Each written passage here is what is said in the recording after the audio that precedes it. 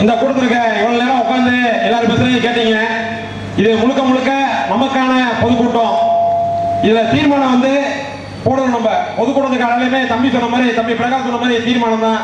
இதுல முதல் தீர்மானமா வேளாண் முன்னேற்ற கழகத்தின் முதல் தீர்மானமா தமிழக அரசுக்கு 50 ஆண்டு திராவிட அரசுக்கும் இத்தனை ஆண்டு ஆளுங்கட்சி, முன்னாள் ஆளுங்கட்சி, இன்னாள் ஆளுங்கட்சி, மத்திய ஒன்றிய அரசு எந்த அரசாக இருந்தாலும் எங்களோட கோரிக்கையை மூலம் ஏத்துங்க.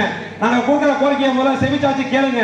நீங்க எங்கிட்ட பேப்பர் வாங்கி போட்டு டிராவல போட்டு கூட்டிட்டு போயிருங்க, அப்புறம் எங்க மேலே வந்து வழக்கு கொடுக்கணும் அப்படின்னு இருக்கீங்க. நீங்க நாங்க வந்து எந்த ஒரு அநாகரிகமாக கோட்பாடோ கொள்கையும் இல்லாதவங்க.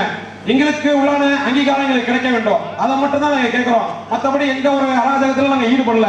அது மாதிரி சமூகம் அப்படின்னு ஒரு அடக்குமுறையை கையாளுகிறப்பதான் அந்த இது வெடிக்கும். அது மாதிரி வேலுப்பிள்ளை பிரபாகரனின் வழியில் வந்த இந்த இனம் செய் அல்லது செத்து மடி என்ற இனம் தான் இப்ப இருக்கிற கூட்டம். இங்க ஒண்ணு செய் இல்ல செத்து மடி, அதுதான் இந்த விளையாளர் கூட்டம்.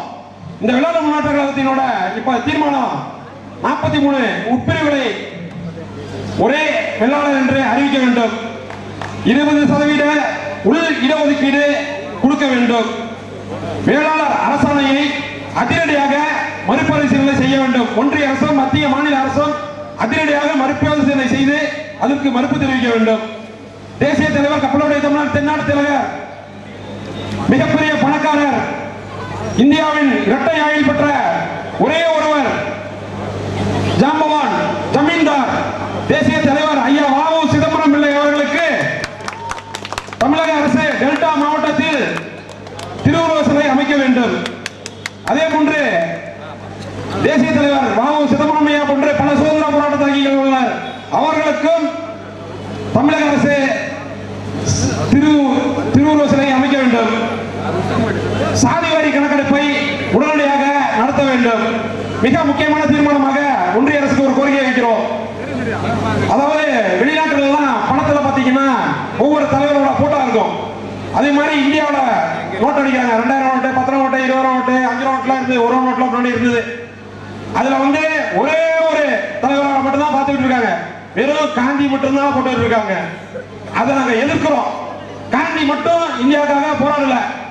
நேதாஜி சுபாஷ் சந்திர போஸ் போராடி இருக்கிறாரு, செண்பகராமன் பிள்ளை போராடி இருக்கிறாரு, மருது சகோதரர்கள் போராடி இருக்காங்க, பூலித்தேவன் போராடி இருக்கிறாங்க.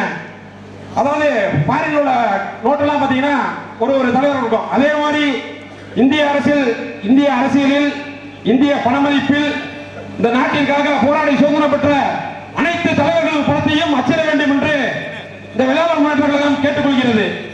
அப்பதான் இந்த நாட்டிற்காக உழைத்த தலைவர்கள் பெயர் வந்து வெளியில தெரியும். இதுல 50 ஆண்டுகள் அரசியல்ல எல்லாமே புத்தகம் மாதிரி எல்லாத்தையும் எழுதி மாத்தி எழுதிட்டாங்க. இத முக்கிய கோரிக்கையா வச்சு இந்த கூட்டத்தை நிறைவு செய்யறோம்.